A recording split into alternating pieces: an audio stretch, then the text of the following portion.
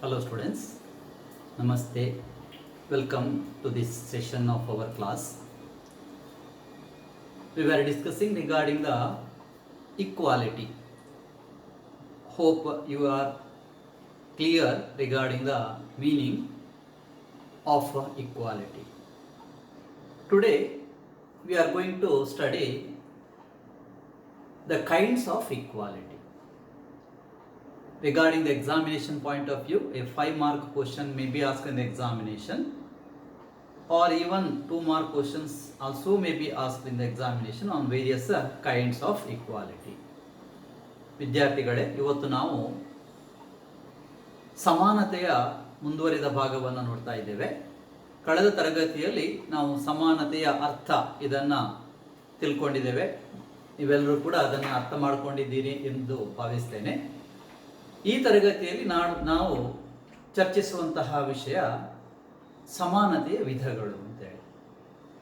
ಪರೀಕ್ಷಾ ದೃಷ್ಟಿಯಿಂದ ಇದು 5 ಮಾರ್ಕಿಗೆ ಕೇಳಬಹುದಾದಂತಹ ಒಂದು ಪ್ರಶ್ನೆಯಾಗಿರ್ತದೆ.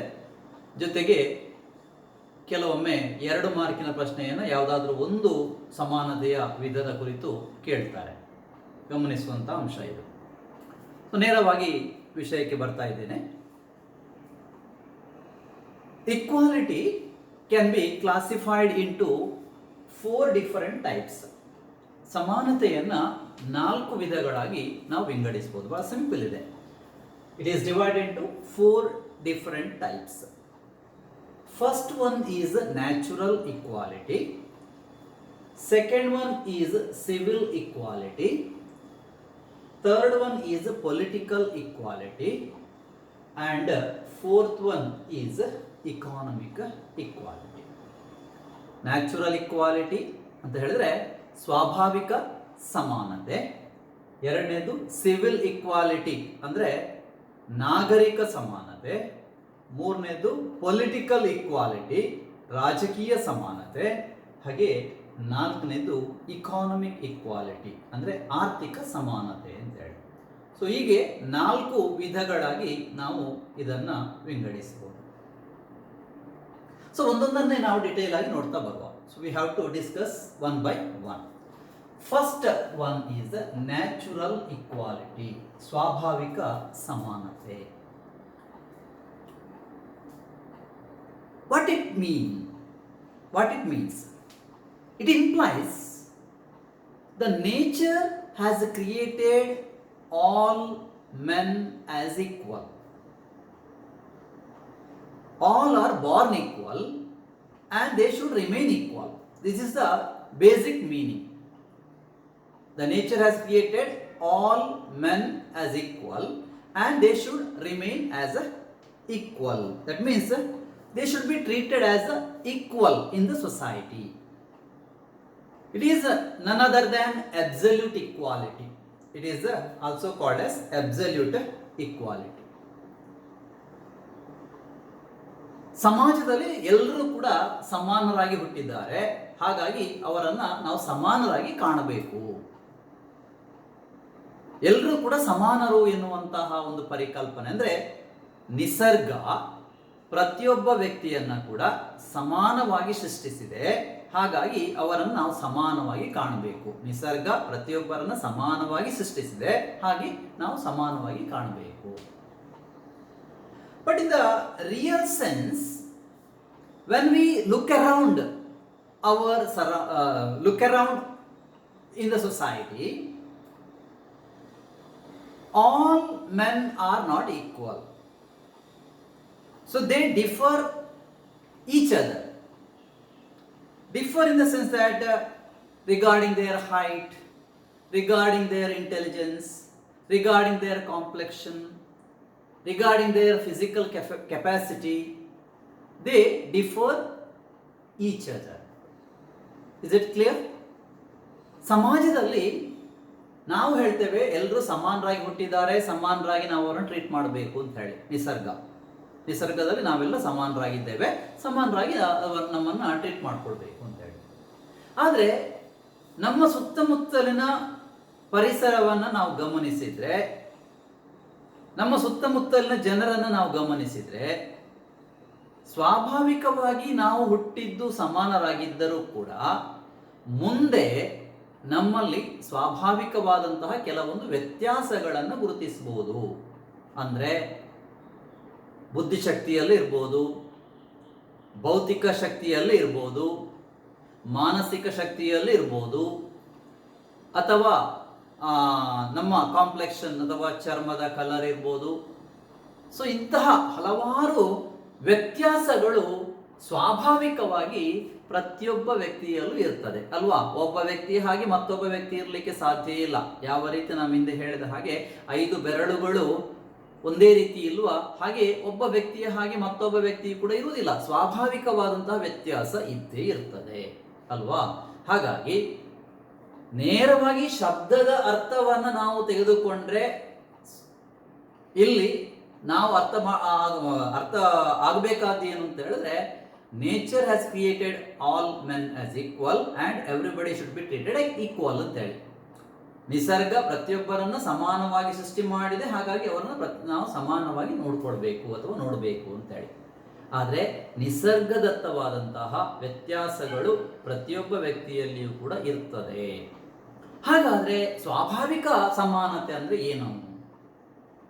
So here we have to understand that, ನಾವೇನು ಅರ್ಥ ಮಾಡಿಕೊಳ್ಬೇಕು ಅಂತ ಹೇಳಿದ್ರೆ, ಈ ಒಂದು the nature has created all the individuals as equal, but we cannot make equality according to the nature. That means the natural inequality like intelligence, physical strength, or even the complexion, these differences cannot be removed. These differences cannot be removed. It is not possible to remove them. Then what we can do? We can remove the man-made or artificial inequalities. So removal of man-made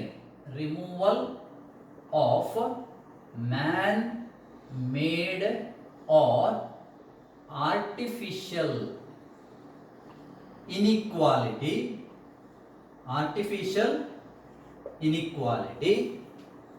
implies the natural equality. So removal of man-made or artificial inequality implies the natural equality. So one thing you must be clear that natural inequalities like the intelligence or beauty or complexion or even physical strength, all these cannot be removed. What we can remove and maintain natural equality, we can remove the man-made or artificial inequalities. ನಿಸರ್ಗದತ್ತವಾಗಿ ನಮ್ಮಲ್ಲಿರುವಂತಹ ಕೆಲವೊಂದು ವ್ಯತ್ಯಾಸಗಳನ್ನು ನಾವು ತೆಗೆದುಹಾಕಲಿಕ್ಕೆ ಸಾಧ್ಯ ಇಲ್ಲ. ಆದರೆ ನಾವು ನಿಸರ್ಗದಲ್ಲಿ ಅಥವಾ ನಮ್ಮ ಸುತ್ತಮುತ್ತ ಸಮಾಜದಲ್ಲಿ ಕೃತಕವಾಗಿ ವ್ಯಕ್ತಿ ನಿರ್ಮಿತವಾದಂತಹ ಅಸಮಾನತೆಗಳು ಏನಿದೆ ಅದನ್ನ ಹೋಗಲಾಡಿಸಲಿಕ್ಕೆ ಸಾಧ್ಯ ಇದೆ. ಹಾಗಾದ್ರೆ ವ್ಯಕ್ತಿ ನಿರ್ಮಿತ ಮತ್ತು ಕೃತಕ ಅಸಮಾನತೆ ಅಂದ್ರೆ ಏನು? ನಾವು ನೋಡುವಂತಹ ಜಾತಿ ಪದ್ಧತಿ ಅಥವಾ ವರ್ಗಭೇದ, ವರ್ಣಭೇದ, these are all man-made inequalities ಅಲ್ವಾ.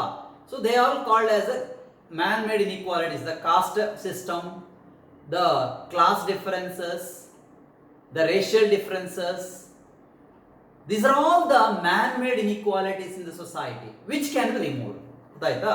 ಸೊ ಇಲ್ಲಿ ನಾವು ಸಮಾಜದಲ್ಲಿ ಜಾತಿ ವ್ಯವಸ್ಥೆಯನ್ನ ಪೋಷಣೆ ಮಾಡಿಕೊಂಡು ಬರುವಂಥದ್ದು, ವರ್ಗಭೇದವನ್ನು ಮಾಡುವಂಥದ್ದು, ವರ್ಣಭೇದವನ್ನು ಮಾಡುವಂಥದ್ದು, ಇದನ್ನ ತೆಗೆದು ಹಾಕಿದ್ರೆ ನಾವು ಸ್ವಾಭಾವಿಕ ಸಮಾನತೆಯನ್ನು ಸಾಧಿಸಿದಂತಾಗುತ್ತದೆ. ಹಾಗಾಗಿ ಸ್ವಾಭಾವಿಕ ಸಮಾನತೆಯ ನಿಜವಾದ ಅರ್ಥ ಏನು ಅಂತ ಹೇಳಿದ್ರೆ, ಕೃತಕ ಅಥವಾ ವ್ಯಕ್ತಿ ನಿರ್ಮಿತ ಅಸಮಾನತೆಯನ್ನು ಹೋಗಲಾಡಿಸುವುದು ಅಂತ ಅರ್ಥ.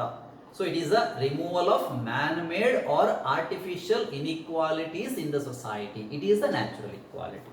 So hope you are clear. ಹಾಗಾಗಿ ಇದನ್ನು ನೀವು ಅರ್ಥ ಮಾಡ್ಕೊಳ್ಳಿ.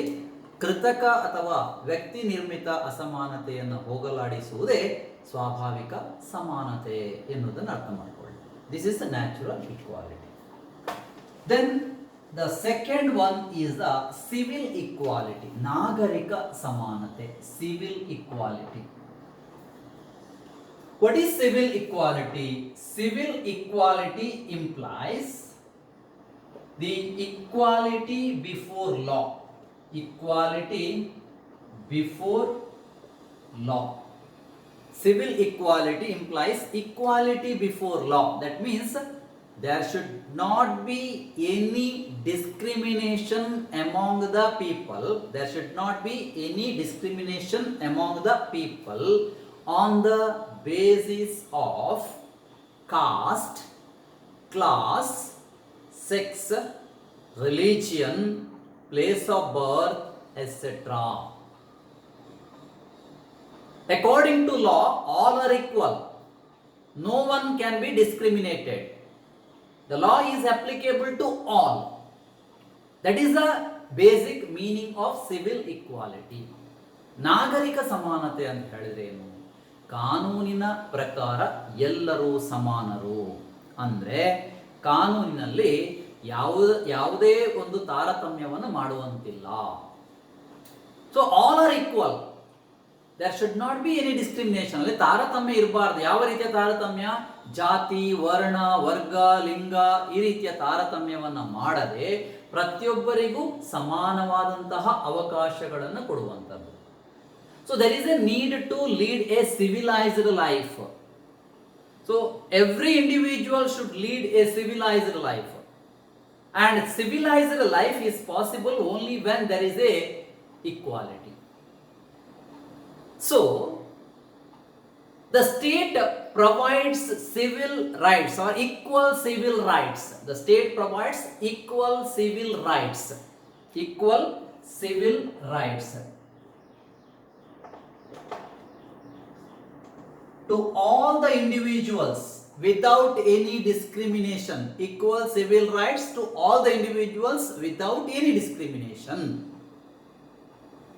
The right to life, the right to education, the right to form associations, right to freedom of press, right to religion.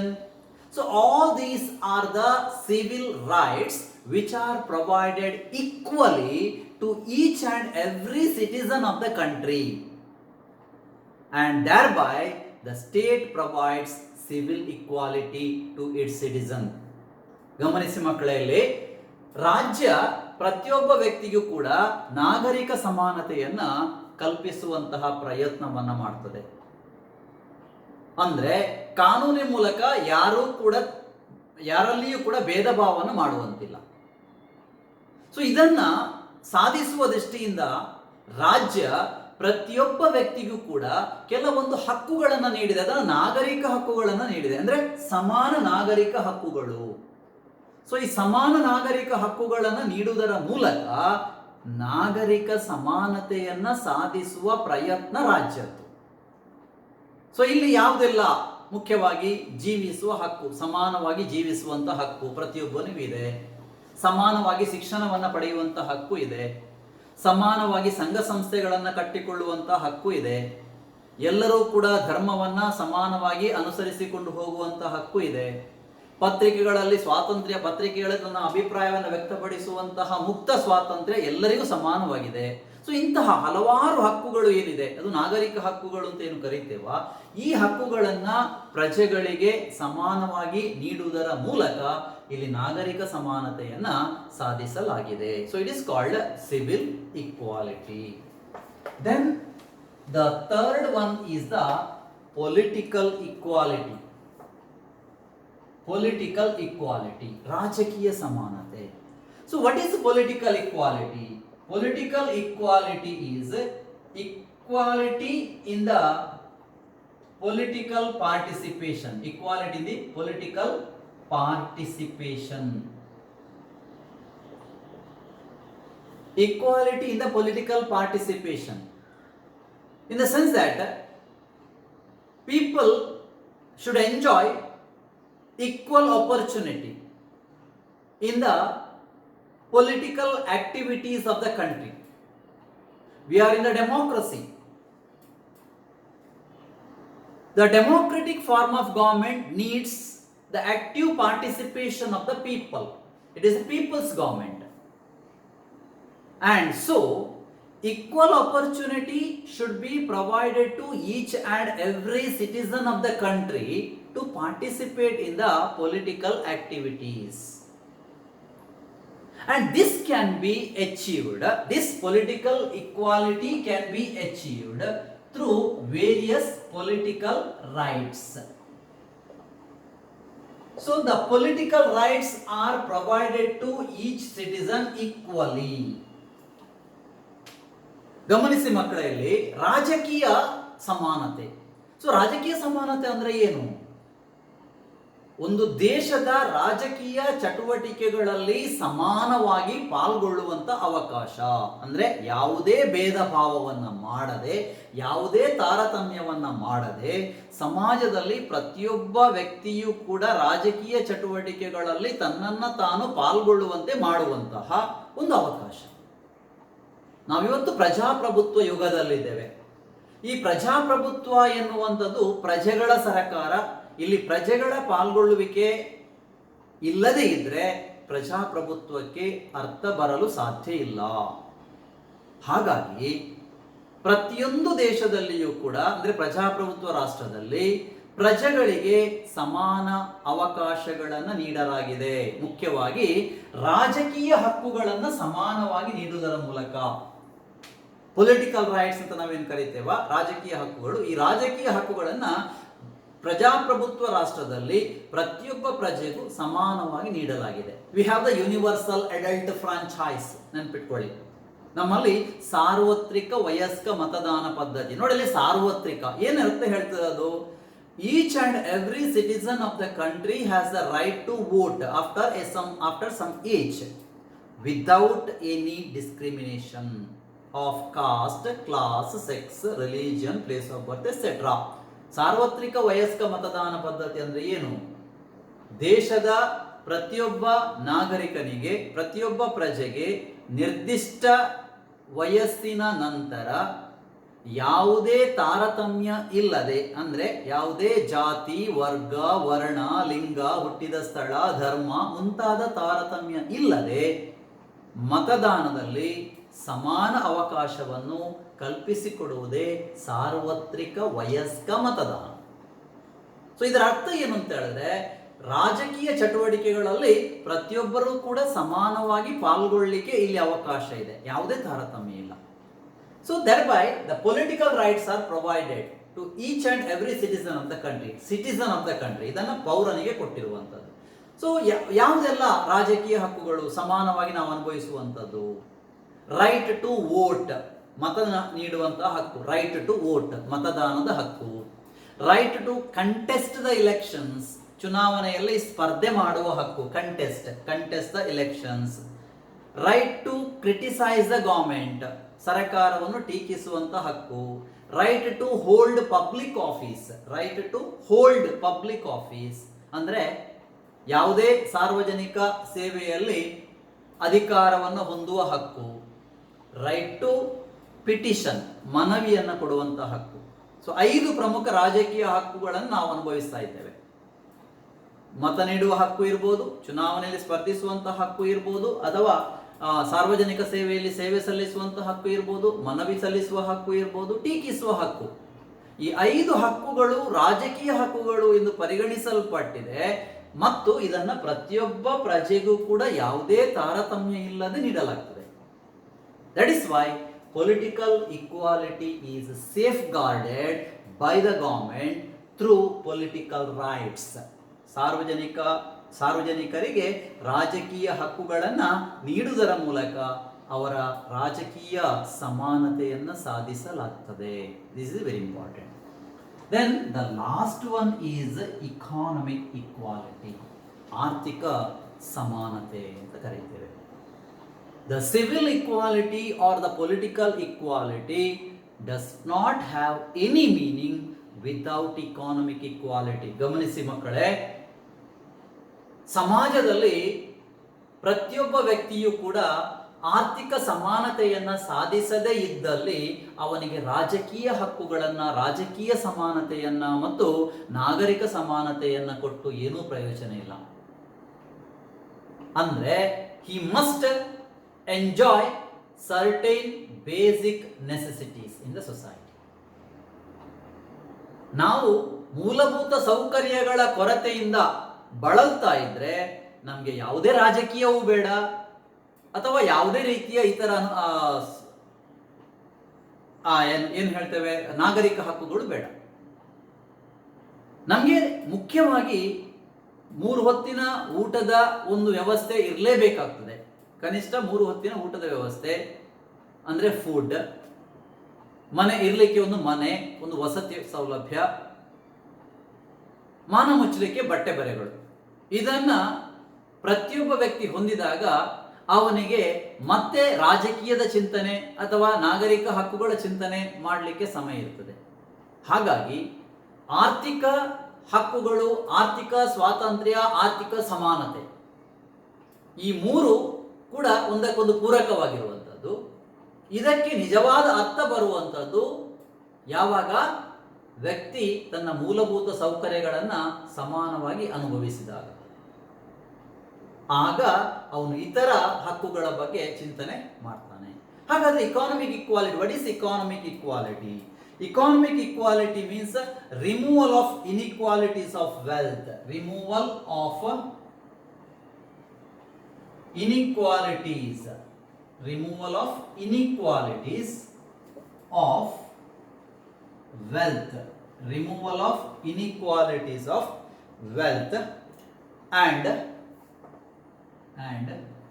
no concentration. No concentration of economic power, no concentration of economic power in the hands of few, in the hands of few, FEW. Removal of inequalities of wealth and no concentration of economic power in the hands of few. That means, in other words, providing all the basic needs of the people. Providing all the basic needs of the people. That is important. Providing all the basic needs of the people, like food, clothing and shelter. Providing minimum wages to the people. So what it means? There should not be any inequality or there should not be any concentration of economic power in the hands of a few. ಆರ್ಥಿಕವಾದಂತಹ ಅಸಮಾನತೆ ಸಮಾಜದಲ್ಲಿ ನಾವು ಸಾಮಾನ್ಯವಾಗಿ ಗುರುತಿಸುವಂಥದ್ದು ಯಾವಾಗ ಸಂಪತ್ತು ಒಬ್ಬನ ಕೈಯಲ್ಲಿ ಕೇಂದ್ರೀಕರಣಗೊಂಡಾಗ ಆರ್ಥಿಕ ಅಸಮಾನತೆ ಇದೆ ಎಂದು ಹೇಳ್ಬೋದು. ಸಮಾಜದ ಕೆಲವೇ ವರ್ಗಗಳ ಕೈಯಲ್ಲಿ ಸಂಪತ್ತು ಕೇಂದ್ರೀಕೃತವಾದಾಗ ಬಹುಸಂಖ್ಯಾತ ಜನ ಬಡತನದಿಂದ ನರಳುವವರಾಗ್ತಾರೆ. It is clearly divided as the difference between haves and have nots ಅಂತ ಹೇಳಿ. ಸಮಾಜದಲ್ಲಿ ಉಳ್ಳವರು ಮತ್ತು ಉಳ್ಳದವರು ಎನ್ನುವಂತಹ 2 ವರ್ಗ. ಇದು ಆರ್ಥಿಕ ಅಸಮಾನತೆಯ ಮೂಲ. ಇದು ಸಮಾಜದಲ್ಲಿ ಸಂಪತ್ತನ್ನ ಕೆಲವು ಮಂದಿ ತನ್ನ ಹಿಡಿತದಲ್ಲಿಟ್ಟುಕೊಂಡಾಗ ಆಗ ಅದು ಹ್ಯಾವ್ಸ್ ಎನ್ನುವಂತಹ ವರ್ಗಕ್ಕೆ ಕಾರಣ ಆಗ್ತದೆ. ಸಂಪತ್ತು ಕೆಲವರ ಕೈಯಲ್ಲಿದ್ದಾಗ it becomes haves, they become haves. And so maximum number of people they don't have wealth. That is why removal of inequality of wealth, ಸಂಪತ್ತಿನ ಅಸಮಾನ ಹಂಚಿಕೆ ಏನಿದೆ ಅದನ್ನ ತೆಗೆದುಹಾಕುವುದು, ರಿಮೂವಲ್ ಅಂತೇಳಿ ತೆಗೆದುಹಾಕುವುದು. And no concentration of economic power in the hands of few. Few ಅಂತ ಹೇಳಿದ್ರೆ ಕೆಲವರ ಕೈಯಲ್ಲಿ ಆರ್ಥಿಕ ಶಕ್ತಿ ಏನಿದೆ ಅದು ಕಾನ್ಸಂಟ್ರೇಟ್ ಆಗದಂತೆ, ಅಂದ್ರೆ ಕೇಂದ್ರೀಕರಣ ಆಗದಂತೆ ನೋಡುವಂಥದ್ದು. ಸೊ ಯಾವಾಗ ಸಂಪತ್ತು ಕೆಲವರ ಕೈಯಲ್ಲೇ ಕೇಂದ್ರೀಕೃತವಾಗಿರ್ತದ, ಆಗ ಸಮಾಜದಲ್ಲಿ ಅಸಮಾನತೆ ಉಂಟಾಗ್ತದೆ, ಆರ್ಥಿಕ ಅಸಮಾನತೆ ಉಂಟಾಗ್ತದೆ. ಸಮಾಜ ಹ್ಯಾವ್ಸ್ ಮತ್ತು ಹ್ಯಾವ್ ನಾಟ್ಸ್ ಅಂತೇಳಿ ವಿಭಾಗ ಮಾಡಲ್ಪಡ್ತದೆ.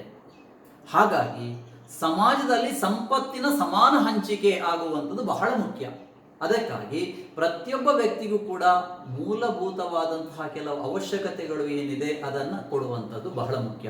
Providing minimum wages to the workers, ಕೆಲಸಗಾರರಿಗೆ ಮಿನಿಮಮ್ ವೇಜಸ್ ಅನ್ನು ಕೊಡುವಂಥದ್ದು, ಅಂದರೆ ಕಡಿಮೆ ಸಂಬಳ ಕೊಟ್ಟು ಹೆಚ್ಚು ದುಡಿಸುವಂಥದ್ದು ಶೋಷಣೆ. ಹಾಗಾಗಿ ಪ್ರತಿಯೊಬ್ಬ ಕೆಲಸಗಾರನಿಗೆ ಕನಿಷ್ಠ ಸಂಬಳವನ್ನು ಕೊಡುವಂಥದ್ದು ಇದು ಬಹಳ ಮುಖ್ಯ.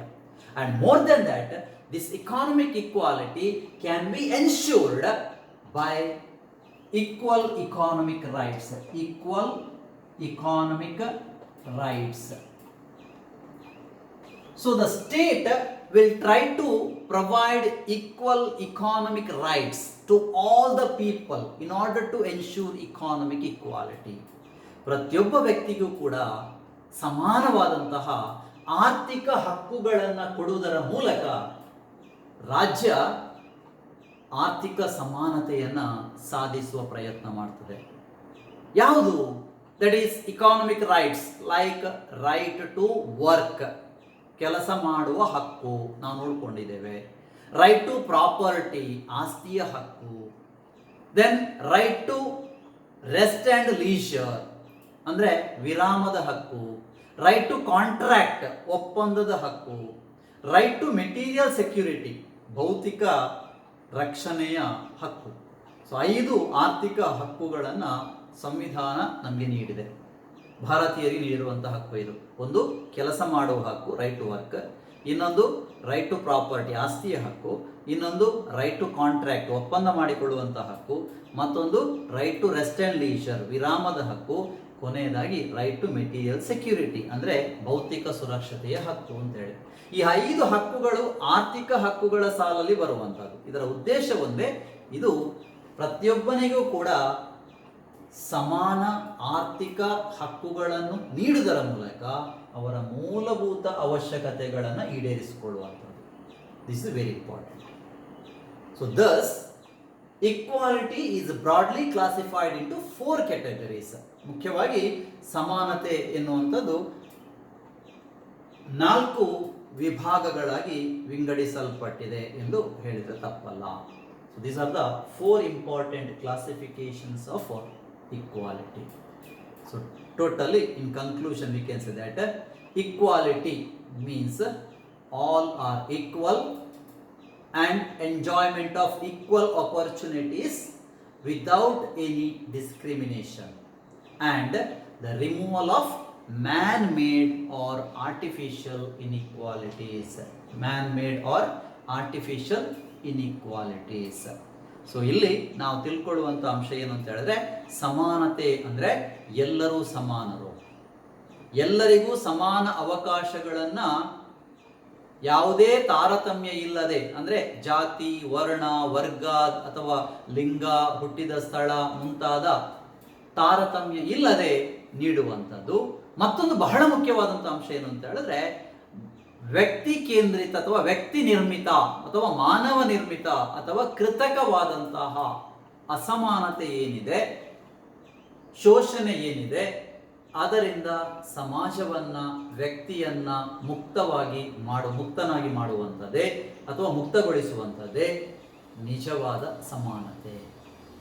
So equality is very essential to each and every individual to develop his personality. ಒಬ್ಬ ವ್ಯಕ್ತಿ ತನ್ನ ವ್ಯಕ್ತಿತ್ವ ವಿಕಸನವನ್ನು ಮಾಡಿಕೊಳ್ಬೇಕಾದ್ರೆ ಸಮಾನತೆ ಬೇಕೇ ಬೇಕು. So when the liberty is that, at the same time the equality also must be that. Both liberty and equality, they are considered as the 2 faces of the same coin. They always go hand in hand. 2 ಮುಖಗಳು ಒಂದೇ ನಾಣ್ಯಕ್ಕಿಂತ ಹಾಗೆ. ಸ್ವಾತಂತ್ರ್ಯ ಮತ್ತು ಸಮಾನತೆ ಅದು ಯಾವಾಗಲೂ ಜೊತೆಯಾಗಿ ಹೋಗುವಂಥದ್ದು. ಹಾಗಾಗಿ ಸ್ವಾತಂತ್ರ್ಯ, ಸಮಾನತೆ ಎರಡೂ ಕೂಡ ಬಹಳ ಮುಖ್ಯವಾದಂತಹ ಪರಿಕಲ್ಪನೆಗಳು. ವ್ಯಕ್ತಿತ್ವ ವಿಕಸನ ಆಗಬೇಕಾದ್ರೆ ಈ 2 ಪರಿಕಲ್ಪನೆಗಳಿಗೆ ಸಾಕಷ್ಟು ಮಹತ್ವ ಇದೆ. ಇಷ್ಟು ಅಂಶವನ್ನು ತಿಳ್ಕೊಳ್ಳಿ. So there may be a 5 mark question in the examination. Once again I will repeat, there is a 5 mark question in the examination, that is regarding the kinds of equality, and each term can be asked for 2 mark. What is natural equality, what is civil equality, what is political equality, and also what is economic equality. So separately it can be asked for 2 mark. You have to answer with 1 or 2 sentences regarding 2 mark question. ಒಂದು ವೇಳೆ 2 ಮಾರ್ಕಿಗೆ ಕೇಳಿದ್ರೆ ಇದನ್ನು 1 ಅಥವಾ 2 ವಾಕ್ಯದಲ್ಲಿ ನೀವು ಅದರ ಅರ್ಥವನ್ನು ಬರೀಬೇಕಾಗ್ತದೆ. ಪ್ರತಿಯೊಂದನ್ನು ಕೂಡ 2 ಮಾರ್ಕಿಗೆ ಕೇಳುವಂತಹ ಸಾಧ್ಯತೆಗಳು ಇದೆ. So that's all for this class. Have a wonderful day. Thank you, students.